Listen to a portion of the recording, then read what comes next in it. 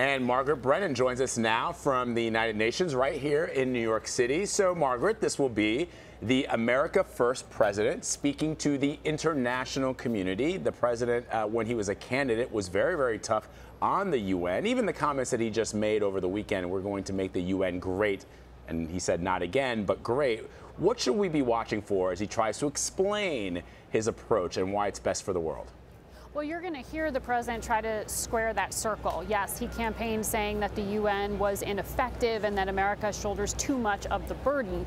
But now, since coming to office, his views on international alliances such as NATO and the UN seem to be changing, because he's going to stand at the podium here, address almost 200 world leaders, and essentially ask for their help because he's recognizing that there needs to be a united front in order to force North Korean leader Kim Jong-un to potentially give up or stop growing his nuclear program, and also to confront Iran.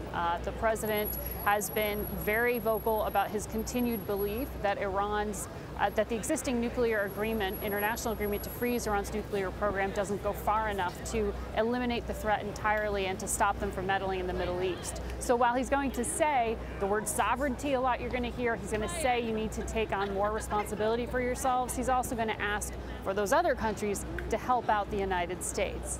And the White House says the two ideas can work together here. It's just something that the president has now recognized isn't about conforming to international standards, but rather having countries step up with their own agendas, but work towards a common goal when it comes to these threats. So, Margaret, on North Korea, we have heard from the administration in recent days, and we've heard this before, that diplomacy is certainly the preferred course of action, but all options are on the table, including military options. We've heard from this president, and he often has used language that we don't typically hear a president, an American president, use in regards to North Korea.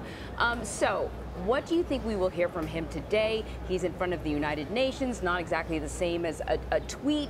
How do you think he'll present himself? Well, the president will be speaking using a teleprompter. He'll be speaking not to a rally where he gets that instant give and take with an audience. He's going to be speaking to very composed leaders sitting there listening to his speech be translated into more than 100 languages. So it's not likely to be the kind of lively, rousing speech that the president seems to enjoy giving. It is likely to be more like what we saw him deliver to Congress, something very scripted when it came to his decision to continue to keep the U.S. military in Afghanistan and actually expand its presence. You may hear the similar kind of presentation here, woven through, though, with some words like that one, sovereignty. White House officials keep hitting that term as a key phrase that they say is one that will speak to the base that rallied behind President Trump to his message of nationalism here, that it's America first. But at the same time, he's going to try to pivot and say, well, we actually do want to work together with a stronger United Nations in order to confront threats. He's going to call for reforms here, something he already started laying the groundwork for yesterday. So the president's views seem to be evolving, and he's going to try to speak to both audiences, knowing, though, that some of the leaders who he really needs help from are not in the audience today. China's president, Xi Jinping, is not here, and neither is Vladimir Putin. Margaret, let me tap your experience and your knowledge of the Middle East, if I could. The president said yesterday, you'll see very soon, when he was asked if the U.S. would withdraw from the Iran nuclear deal. We know that Israeli Prime Minister Benjamin Netanyahu is also set to address the UN today, Tuesday. He has been very vocal, going back to when the Obama administration first made this deal with Iran. Now, the U.S. has said that they believe that Iran is violating the spirit, that's the quote, the spirit of the deal. What does that really mean, and what should we be expecting with regards to Iran? Well, that's a matter of interpretation, and one that the United States seems to be standing on its own in terms of that conviction.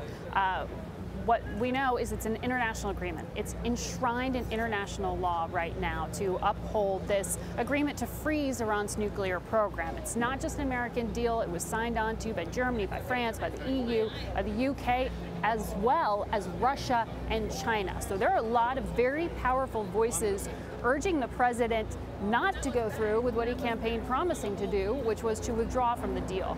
They're trying to come up with some kind of compromise here. Our allies in the UK and in France are arguing, look, maybe there are things that can be improved upon, but let's have that as a separate conversation. Let's involve our friends and allies in the Middle East, those Gulf countries, to come up with a new add-on, maybe to deal with some of those problems, specifically what happens at the end of 10 years when Iran can start unfreezing parts of its nuclear program. So they're trying to convince President Trump to move in that direction. But the deadline that President Trump referenced yesterday is a matter of internal American politics. Congress, if you remember, was not happy that President Obama didn't make this nuclear deal a treaty that Congress could sign off on. So they came up with these deadlines, this certification, for the Congress to be able to review the deal and say whether or not it's worth America's national security interest to stay in it. So the president is considering kicking it over to Capitol Hill, to all the discordant voices there, to come up with a view of whether or not America should stay in the deal. And he could do that by saying that we can't certify Iran's compliance.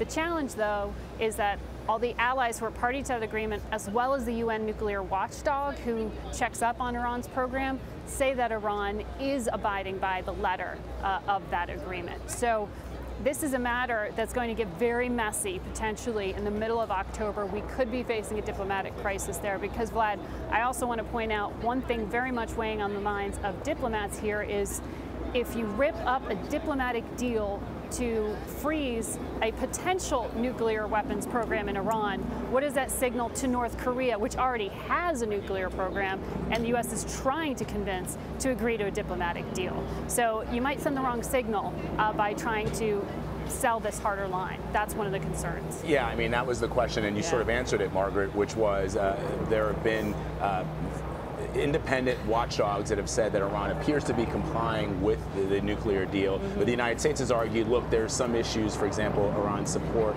of some terrorist organizations that they feel is what they may be considering when they talk about violating the spirit of the agreement. But when it comes to the nuclear program, they seem to be in compliance. Yeah, that's exactly right. And the Defense Secretary, Jim Mattis, has said, look, when he testified before Congress, when they basically okayed his appointment to the Obama administration, he said, look, this Iran deal, it's not a friendship agreement. We're not saying they're wonderful players on the international stage. We're just saying they've agreed to do these things with the program that they have, and we'll deal with the other threats. So that's where some of the international bodies here are trying to push President Trump towards, that view of, okay, we get that there are concerns, let's tackle them, but don't tear up what took more than a decade of diplomacy and sanctions in order to accomplish in those final years of the Obama administration.